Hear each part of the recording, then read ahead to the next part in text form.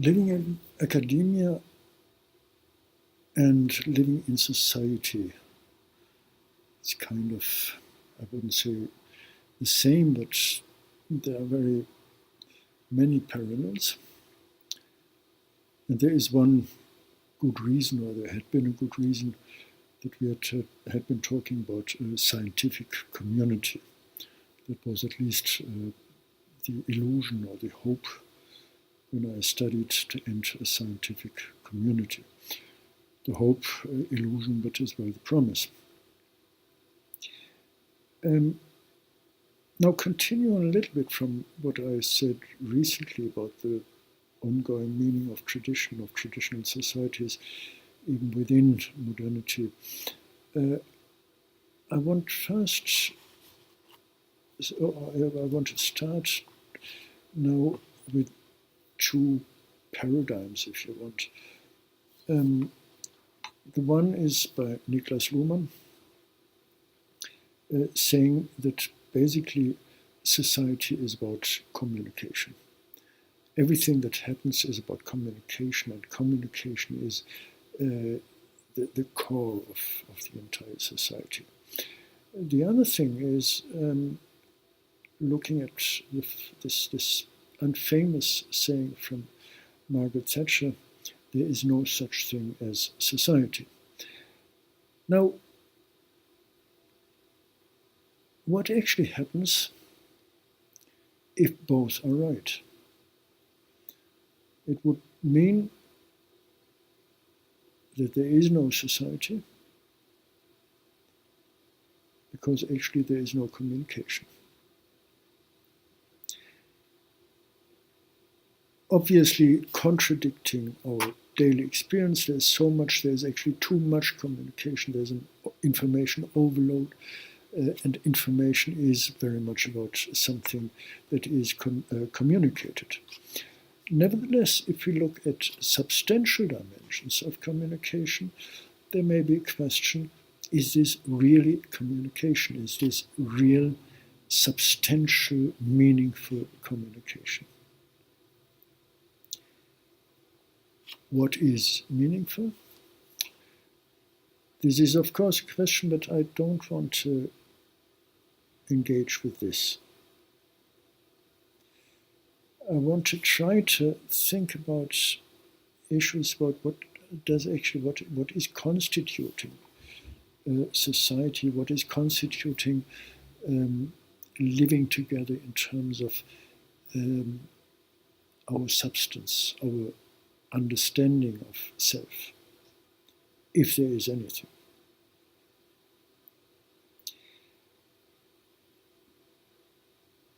The one point is that we are obviously depending on immediate communication. Whatever this immediacy is, it may be even mediated in terms of using metaphors and things like this, but it is this immediacy of communication in terms of feeling that we are concerned, that it is us who are communicating. Now, there may be certain mass media, especially those mass media of today where communication is a two-way communication, or it is about actually constitution via substance, building an identity, and even if it may be only an imagined identity, imagined belonging. Anderson had been talking about imagined communities, suggesting there is something that is not objectively given, not necessarily objectively given, but that it is something that is constituted via a certain imagined belonging. Belonging in terms of some kind of mutuality. And my question today would be, how do we actually achieve this in or under conditions in a world that obviously contradicts the establishment of any strong belonging, any strong bonds. My thesis is at least that whatever we have in terms of bonds is very loose, is very superficial, and is at the same time something where they do exist, is throwing us back on ourselves. Individualization is only possible within society, as Marx said, and this is exactly the problem today, that the society as point of reference is getting weaker, is blurring. Question, is this so? And societies today have more and more not only imagined but as well artificial bonds, that they replace the real relations.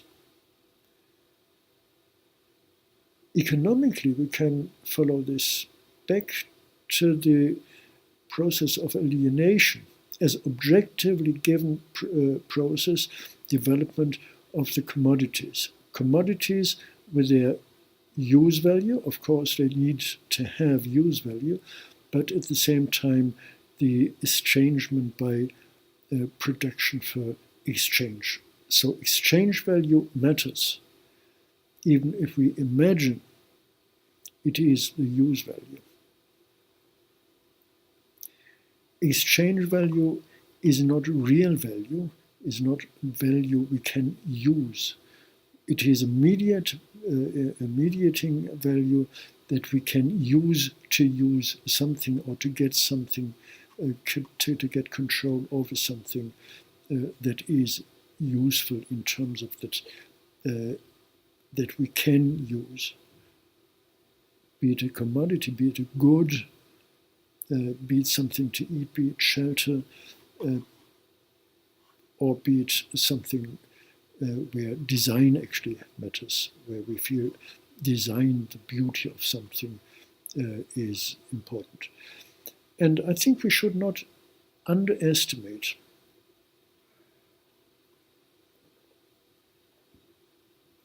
the beauty, the meaning of beauty as use value. What beauty is another question. But we are depending on some kind of beauty, be it visibility of beauty or be it the feeling of beauty, harmony if you want. The artificial way, in the meantime, is very much these imagined artificial communities of what we know as isms. Certain movements, certain belonging to groups, as well groups of artists, and the establishment in this way of actually frames of communication. So far it is a simple matter, I would suggest. But what I think is important, as well as simplicity, is to establish with this that the artificial communities establishing belonging are much, much stronger, and especially today becoming much, much stronger as means of exclusion. Populism is the key word today from politics. But we should never forget that this populism is something that actually opens to a world of blurring borders and nothingness. Who is the people? This populace. We have had populace as a real entity in ancient times. But this populace today doesn't exist.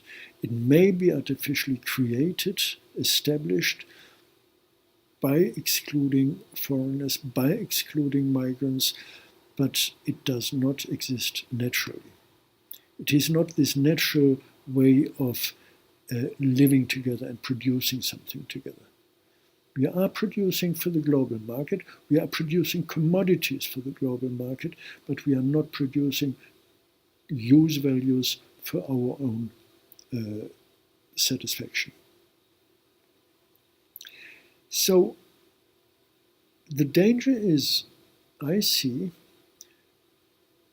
that we only talk about populism on this as a grand narrative and forget about the day-to-days populisms or isms we create.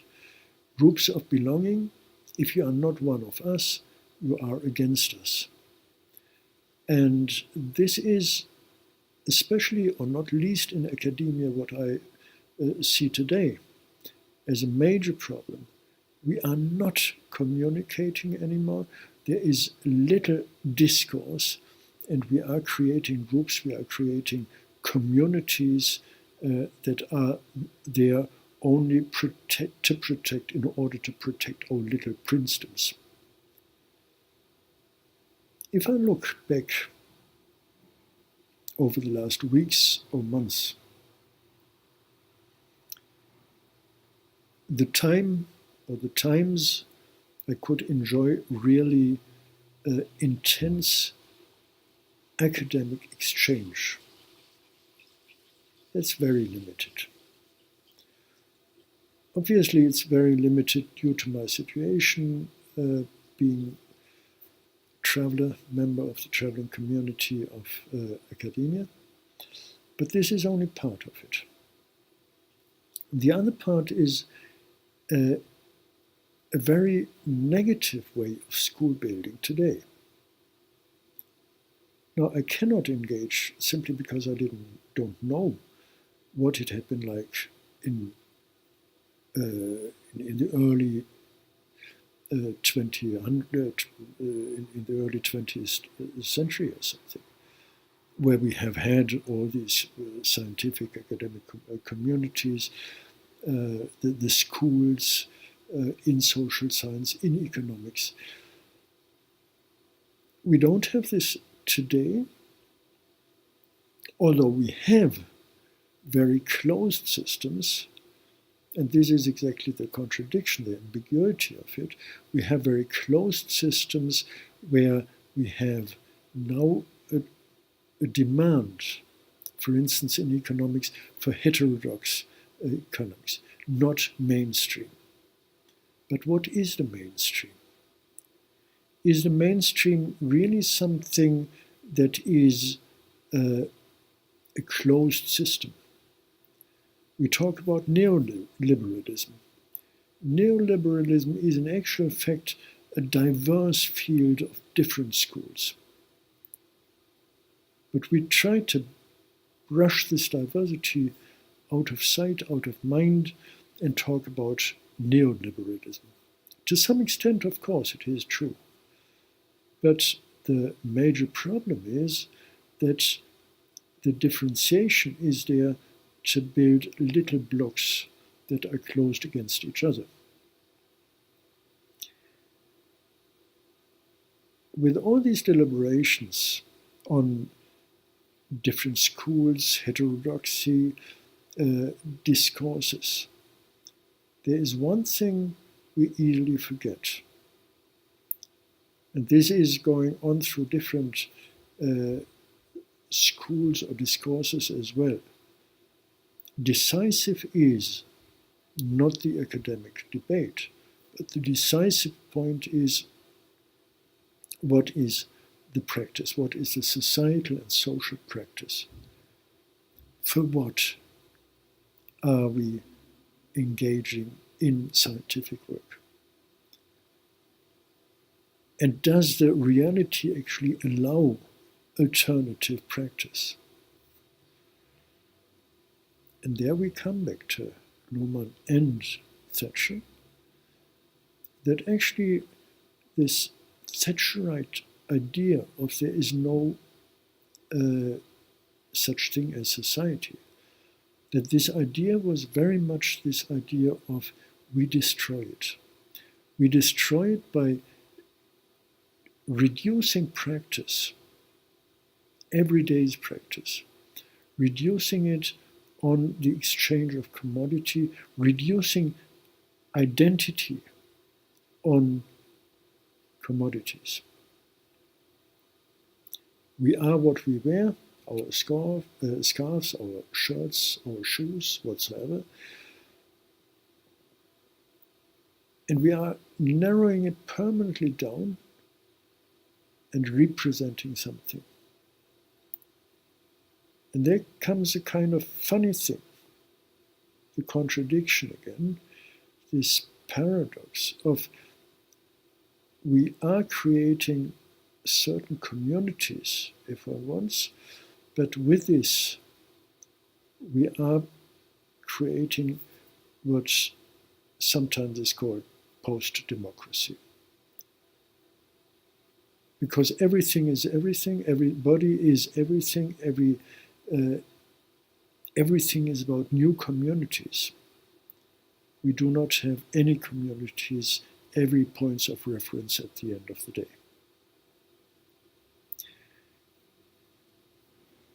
Dangerous? I think it would be too easy to say it is simply a dangerous issue. I think what we have to keep in mind is that this is a very complex process of establishing something that is fluid. It is, I'm never sure if we can say if it is a really strategically followed up or pursued issue. But what it in actual fact is, it is this diffuse way of losing any point of reference. Ronquier states, the state legitimizes itself by declaring that politics is impossible. And this demonstration of impossibility works through a demonstration of its own impotence. To evacuate the demos, post-democracy has to evacuate politics, using the pincers of economic necessity and juridical rule, even if it means bringing both of these together in the definition of new citizenry, in which the power and powerlessness of each and everyone has come to even out.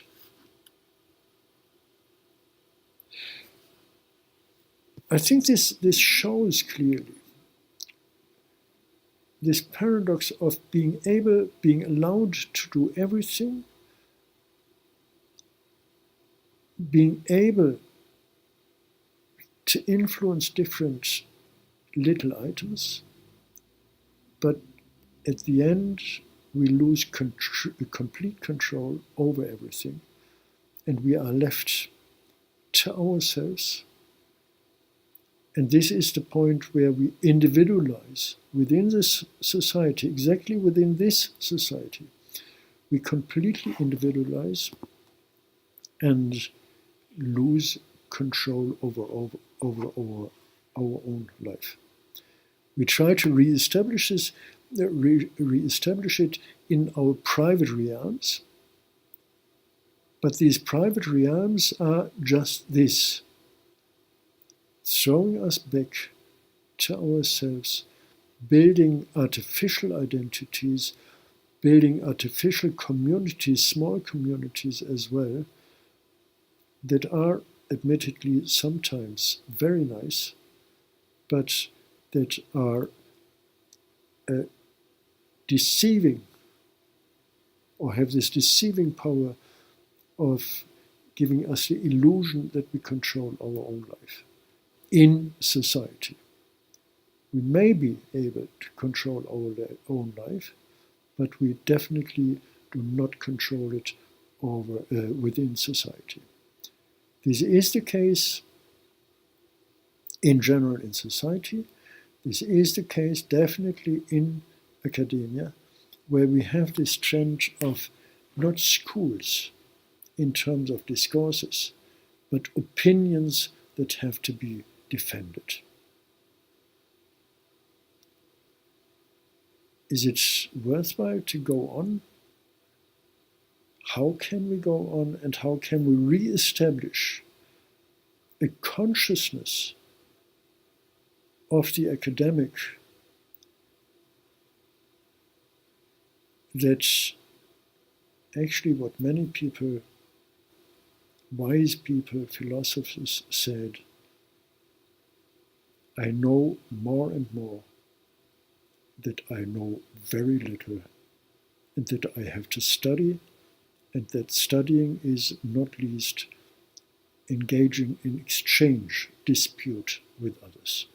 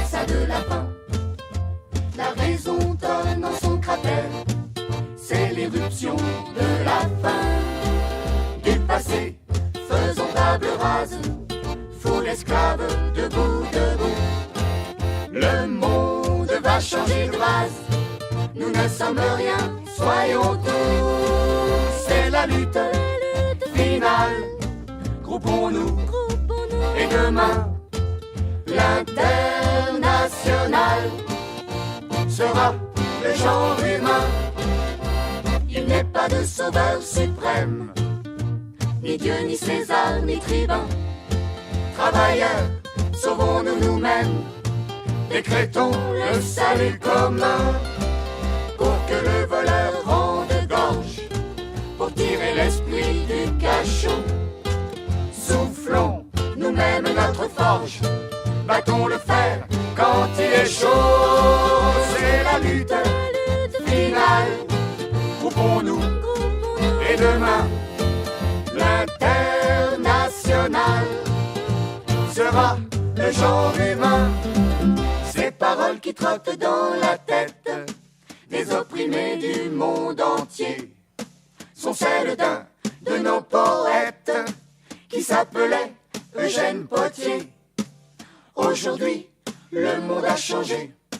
Est-ce qu'il y a moins d'exploités, de chômeurs, d'enfants affamés, pour qu'on puisse se reposer, de chanter, de chanter, de chanter, de chanter. C'est la lutte finale, groupons-nous et demain l'international sera le genre humain.